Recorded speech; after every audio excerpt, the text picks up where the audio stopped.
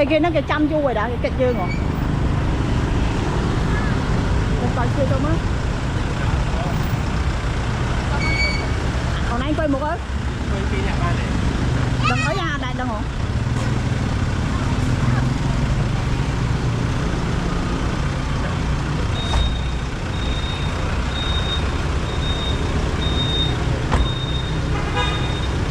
cùng bật cái sân mau coi được ta tôi tiết con nó tiết bật đây tiền cái máu bán này cái mau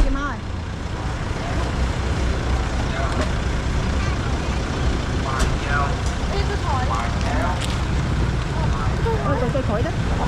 từ từ gì chẳng ở